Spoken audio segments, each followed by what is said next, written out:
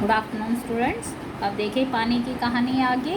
हमने पढ़ा था कैसे बूंद को जो है रो ने पकड़कर एक कोठरी में बंद कर दिया था और अब उसके किसी और कण को लाया गया उसके को, तो वो एक बूंद उसे ऊपर खींच रही थी और दूसरा उसे धक्का दे रहा था और वो बूंद उन दोनों के बीच पिस रही थी। तो देखिए और उसकी आप बीती जो लेखक को वो सुना रही है। मैं लगभग 3 दिन तक यह सांसत भोगती रही। सांसत का मतलब होता है कष्ट। मैं पत्तों के नन्हे नन्हे छेदों से होकर जैसे तैसे जान बचाकर भागी। मैंने सोचा था कि पत्ते पर पहुंचते ही उड़ जाऊंगी, परंतु बाहर निकल पर ज्ञात हुआ कि रात होने वाली थी और सूर्य जो हमें उड़ने की शक्ति देते हैं जा चुके हैं और वायुमंडल में इतने जलकण उड़ रहे हैं कि मेरे लिए वहाँ स्थान ही नहीं है। अब वो क्या कहती है, मुझे तो 3 दिन तक ये जो है कष्ट भोगना पड़ा। फिर मैंने सोचा मैं पत्तों के जो छोटे छोटे छेद होते हैं उनसे जैसे तैसे भाग जाऊंगी और मैंने सोचा था कि पत्ते पर पहुंचते मैं क्या करूंगी, वहां से उड़ जाऊंगी। लेकिन बाहर निकलने पर मुझे पता चला कि रात होने वाली है और जो सूर्य हमें उड़ने की ताकत देता है वो चला गया है और वायुमंडल में इतने सारे जलकण उड़ रहे हैं कि मेरे लिए तो वहाँ जगह है ही नहीं। मैं तो अपने भाग्य पर भरोसा कर पत्तों पर ही सिकुड़ी पड़ी रही। कहती है कि मैंने अपनी किस्मत, कहती है भाग्य यानी किस्मत पर यकीन करके मैं तो वहीं सिमटी हुई, सिकुड़ी हुई यानी सिमटी हुई पड़ी रही।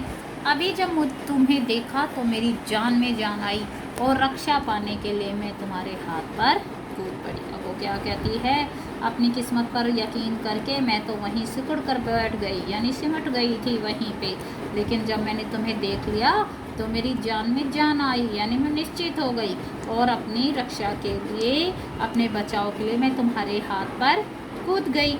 इस दुख तथा भावपूर्ण कहानी का मुझ पर बड़ा प्रभाव पड़ा। भावपूर्ण यानी असरदार। कहता है मुझ पर इस असरदार कहानी का मुझ पर बड़ा ही असर हुआ। भावपूर्ण जो उसने दुखती वो कहानी सुनाई। तब तुम मेरे पास हो, कोई पत्ता तुम्हें छू भी नहीं सकेगा।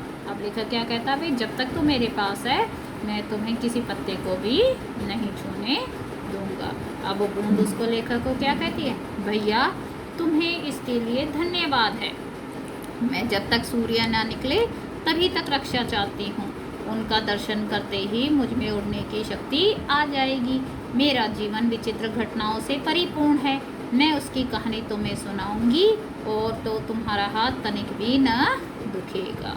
अब वो क्या कहती है, भाई मैं तुम्हें धन्यवाद देती हूँ लेकिन तुम्हें मेरी रक्षा कब तक करनी पड़ेगी, जब तक सूरज नहीं निकल जाएगा।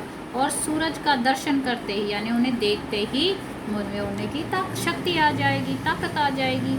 मेरा जो जीवन है वो विचित्र घटनाओं से परिपूर्ण है यानी भरा हुआ है विचित्र घटनाओं से। मैं उसकी कहानी तुम्हें सुनाऊंगी तो तुम्हारा हाथ नहीं दुखेगा।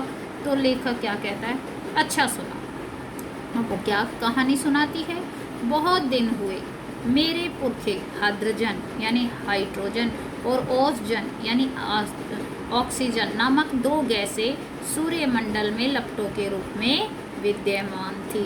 वो क्या कहना चाहती है, सूर्य का जो घेरा है हाइड्रोजन और ऑक्सीजन जो थे, ये दोनों गैसें वो सूर्य के घेरे में लपटों के रूप में यानी आग की लंबी लंबी लपटों दहकने के रूप में, चलने के रूप में विद्यमान थी, मौजूद थी। वो क्या कहते हैं कि जो है बहुत दिन पहले जो मेरे पुरखे थे, पूर्वज थे, हाइड्रोजन और ऑक्सीजन नामक 2 गैस बनकर जो सूर्यमंडल में लपटें उठ रही थी उनमें क्या थे, विद्यमान थे, मौजूद थे। सूर्यमंडल अपने निश्चित मार्ग पर चक्कर काट रहा था। जो सूरज है वो सूर्य का घेरा वो अपने फिक्स रास्ते पर, अपने निश्चित रास्ते पर चक्कर काट रहा था। वे दिन थे जब हमारे ब्रह्मांड में उथल पुथल हो रही थी। ये किस समय का टाइम था, ब्रह्मांड यानी संसार, संसार में उथल पुथल यानी हलचल हो रही थी। कहता है सूर्यमंडल तो अपने सही रास्ते पर चक्कर काट रहा था। ये कब का टाइम है, जब संसार में हलचल हो रही थी और जो बहुत सारे ग्रह और उपग्रह क्या हो रहे थे, बनते जा रहे थे। अब वो क्या कहता है लेखक, ठहरो, क्या तुम्हारे पुरखे अब सूर्यमंडल में नहीं हैं?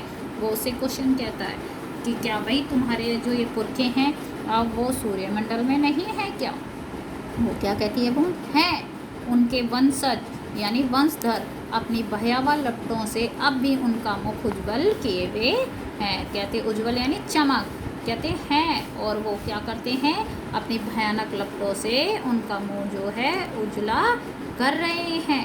हाँ, तो मेरे पुरखे बड़ी प्रसन्नता से क्या कर रहे थे, सूर्य के धरातल पर नाचते रहते थे। सूर्य के धरातल पर यानी सूर्य का तल, वो क्या बताती है, हाँ जो मेरे पुरखे हैं बड़ी खुशी से सूर्य के तल पर नाचते रहते थे। अब वो आगे अपनी कहानी बताएगी, वो हम अगले में पढ़ेंगे।